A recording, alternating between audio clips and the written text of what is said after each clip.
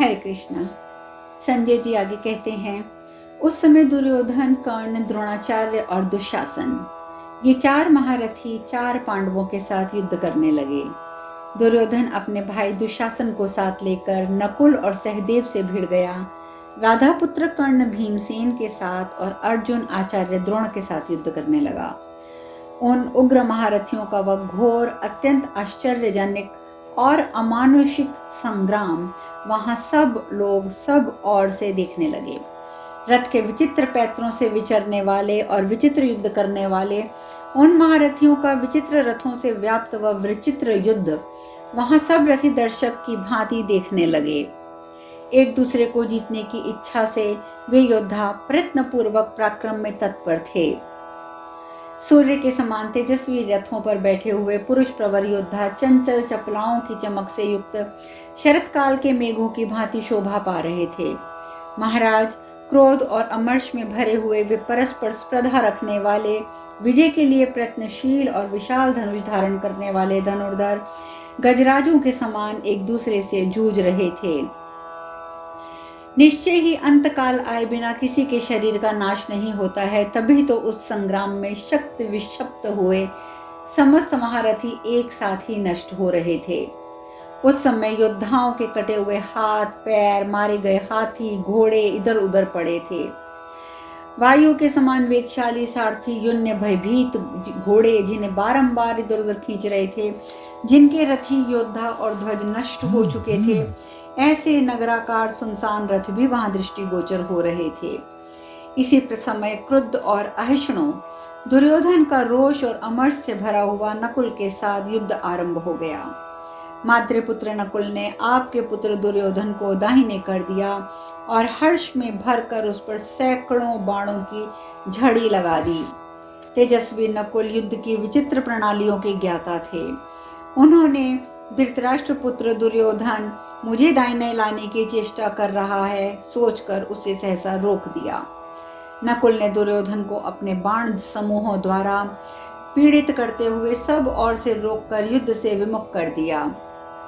उनके इस पराक्रम की समस्त सैनिकों ने सराहना की।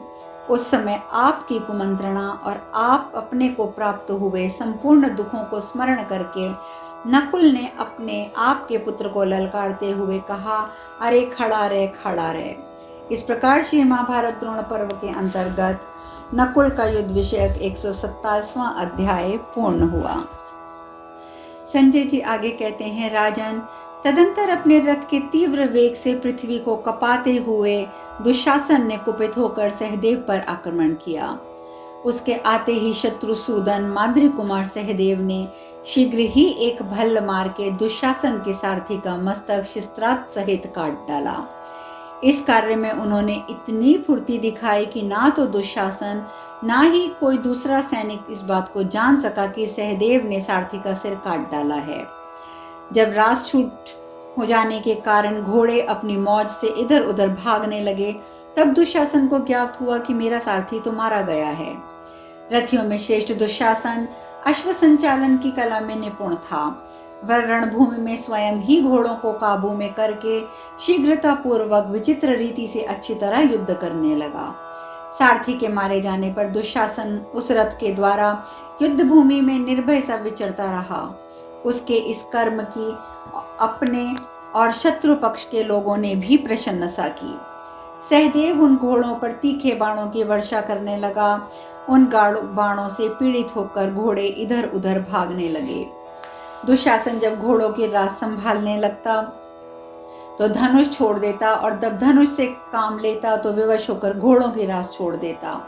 उसकी दुर्बलता के इन्हीं अवसरों पर माद्री कुमार सहदेव ने उसे बाणों से ढक दिया। उस समय आपके पुत्र की रक्षा के लिए कर्ण बीच में कूद पड़ा। तब भीमसेन ने भी सावधान होकर धनुष को कान तक खींचकर छोड़े गए 3 भल्लों द्वारा कर्ण की दोनों भुजाओं और छाती को गहरी चोट पहुंचा दी और फिर जोर जोर से गर्जना करने लगे। तदंतर पैरों से कुचले गए सर्प के समान कुपित हो कर्ण लौट पड़ा और तीखे बाणों की वर्षा करके भीम को रोकने लगा। फिर तो भीमसेन और राधापुत्र कर्ण ने घोर युद्ध होने लगा। दोनों ही एक दूसरे की ओर विकृत दृष्टि से देखते हुए सांडों के समान गरजने लगे। भीमसेन ने अपनी गदा से कर्ण के रथ का कुबड़ तोड़ डाला, उसके 100 टुकड़े कर दिए। ये बहुत ही अद्भुत कार्य था। फिर राधा पुत्र कर्ण ने भी भीम की ही गदा उठा ली और उसे घुमाकर उन्हीं के ऊपर फेंक डाला, किंतु भीम ने दूसरी गदा से उस गदा को तोड़ डाला। तत्पश्चात उन्होंने अधिरथ पुत्र कर्ण पर पुनः एक भारी गदा छोड़ी, परंतु कर्ण ने तेजी से अपने बाण मारकर उस गदा को बींध डाला। इससे वह पुनः भीम पर लौट आई। कर्ण के बाणों से आहत हो वह गदा मंत्र से मारी गई सर्पणी के समान लौटकर भीमसेन के रथ पर गिरी और भीमसेन की विशाल ध्वजा धाराशाही हो गई। चोट खाकर उनका सारथी भी मूर्छित हो गया। तब क्रोध से व्याकुल हुए भीमसेन ने कर्ण को 8 बाण मारे। भरत, शत्रु वीरों का संहार करने वाले महाबली भीमसेन ने हंसते हुए उन तेज तीखे धार वाले बाणों द्वारा कर्ण के ध्वज, रथ और तरकस को काट गिराया। तत्पश्चात राधा पुत्र कर्ण ने सोने की पीठ वाला धनुष हाथ में ले लिया और भीमसेन के दोनों पार्श्व रक्षकों को शीघ्र ही घायल करके मार डाला। राजेंद्र, इसी प्रकार उस युद्ध स्थल में आचार्य और शिष्य महारथी द्रोण और अर्जुन परस्पर प्रहार करते हुए विचित्र रीति से युद्ध कर रहे थे। गुरु और शिष्य के उस अपूर्व युद्ध को देखते हुए सब योद्धा संग्राम से में विरत हो गए। वे दोनों वीर सेना के बीच में रथ में विचित्र पैतरे प्रकट करते हुए उस समय एक दूसरे को दाएं कर देने की चेष्टा में लगे थे। द्रोणाचार्य और पांडुपुत्र अर्जुन के पराक्रम को सब सैनिक अत्यंत आश्चर्यचकित होकर देख रहे थे। महाराज, जैसे मांस के टुकड़े के लिए आकाश में 2 बाज लड़ते हैं, उसी प्रकार राज्य के लिए गुरु शिष्य में बड़ा भारी युद्ध हुआ। द्रोणाचार्य कुंती पुत्र अर्जुन को जीत लेने की इच्छा से जिस जिस अस्त्र का प्रयोग करते, पांडुपुत्र अर्जुन उसे काट डालते। जब द्रोणाचार्य पांडुपुत्र अर्जुन की अपेक्षा अपनी विशेषता न सिद्ध कर सके, तब अस्त्र मार्गों के ज्ञाता गुरुदेव ने दिव्यास्त्रों को प्रकट किया। द्रोणाचार्य के धनुष से छूटे हुए इंद्र, पाशुपत, त्वाष्ट्र, वाव्यव्य और वारुण्य नामक अस्त्र को अर्जुन ने तत्काल शांत कर दिया। जब पांडुकुमार अर्जुन आचार्य के सभी अस्त्रों को अपने अस्त्रों द्वारा नष्ट करने लगे, तब द्रोण ने परम दिव्य अस्त्रों द्वारा अर्जुन को ढक दिया। परंतु विजय की इच्छा से पार्थ पर जिस जिस अस्त्र का प्रयोग करते, अर्जुन वैसे ही अस्त्रों का प्रयोग करते।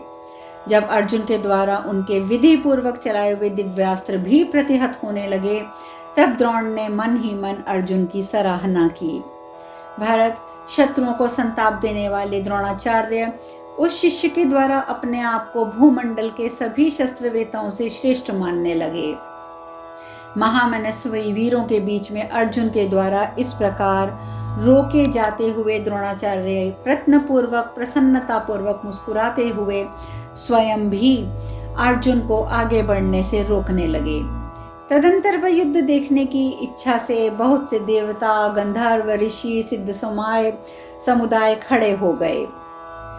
अप्सरा, यक्ष, गंधर्वों से भरा हुआ आकाश ऐसी विशिष्ट शोभा पा रहा था जैसे मेघों की घटा घिर आई हो। द्रोणाचार्य और अर्जुन की स्तुति से युक्त अदृश्य व्यक्तियों के मुखी से निकली हुई बारंबार कुछ बातें सुनाई देने लगी।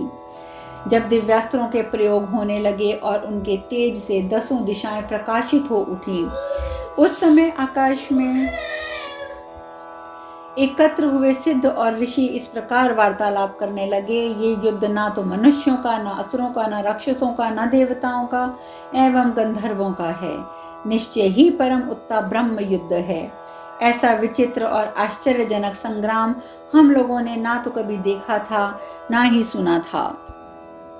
आचार्य द्रोण पांडुपुत्र अर्जुन से बढ़कर हैं और पांडुपुत्र अर्जुन भी आचार्य द्रोण से बढ़कर हैं।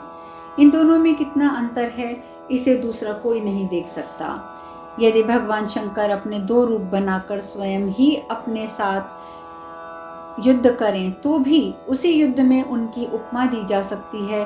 उन्हीं किन्हीं इन दोनों की समता नहीं है। आचार्य द्रोण में सारा ज्ञान एकत्र संचित है, परंतु पांडुपुत्र अर्जुन में ज्ञान के साथ साथ योग भी है।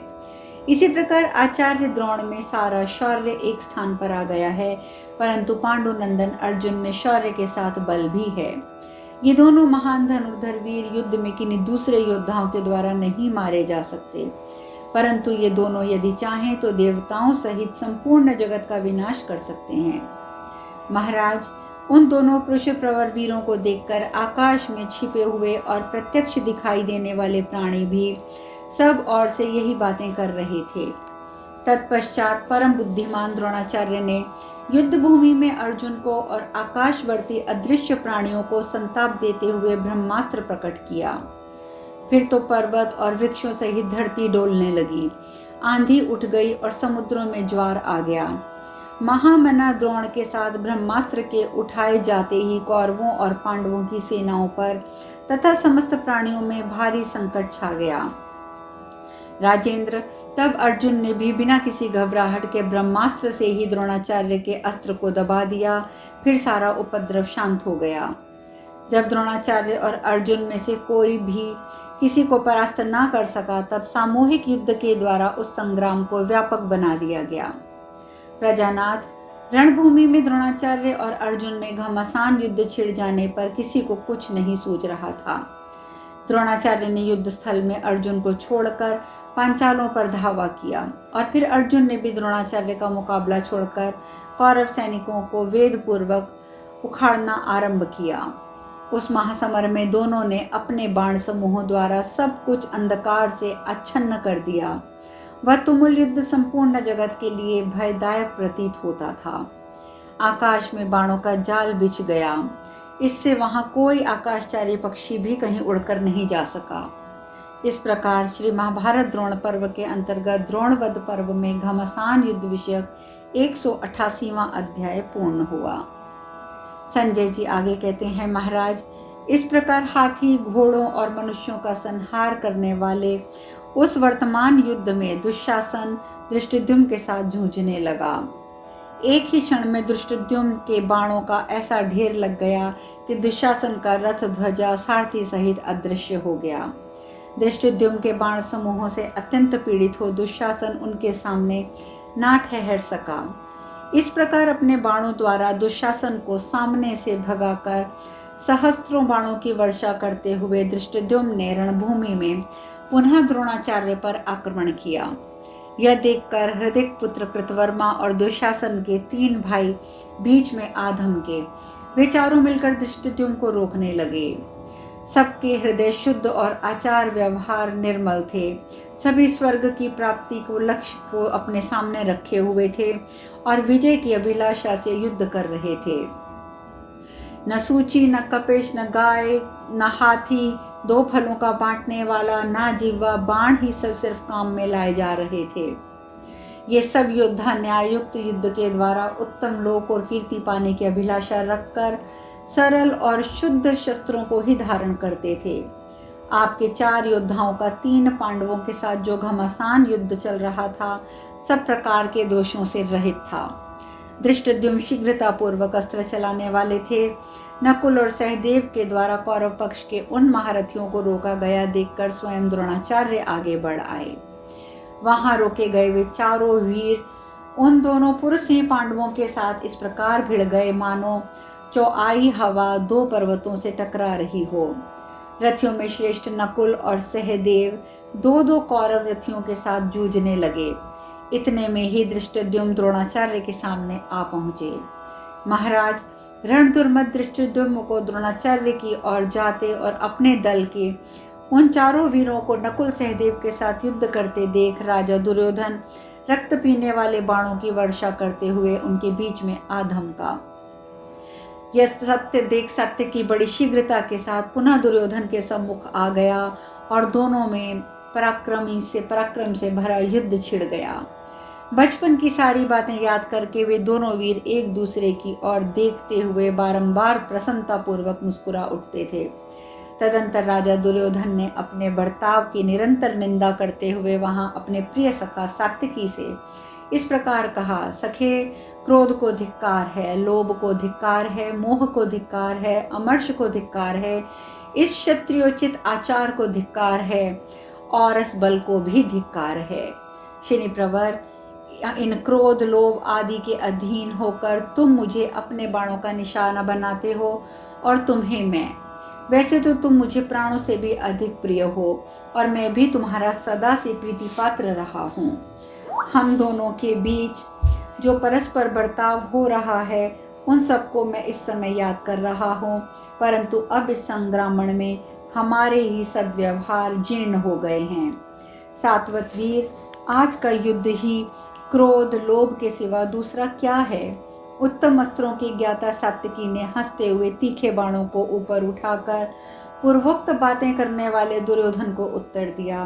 राजकुमार कौरव नरेश, ना तो ये सभा है ना आचार्य का घर है जहाँ एकत्र हो हम सब खेला खेल रहे हों।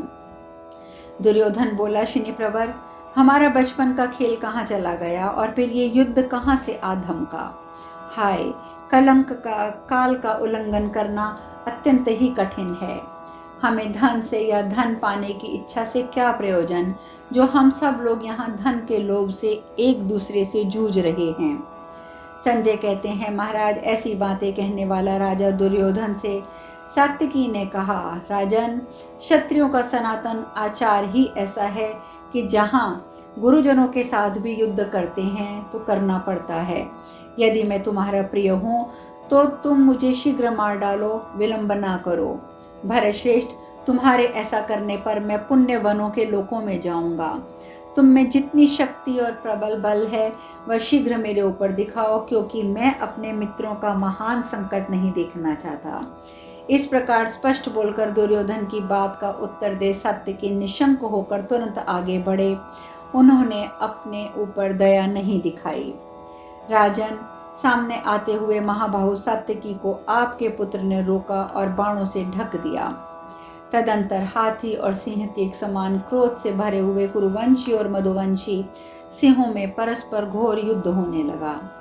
तत्पश्चात कुपित हुए दुर्योधन ने धनुष को पूर्णतः खींचकर छोड़े गए 10 बाणों द्वारा रणदुर्दम सात्विकी को घायल कर दिया। इस प्रकार सात्विकी ने भी 50, 30 और फिर 10 बाणों से दुर्योधन को बींध डाला। अब शेष कथा कल। हरे कृष्णा।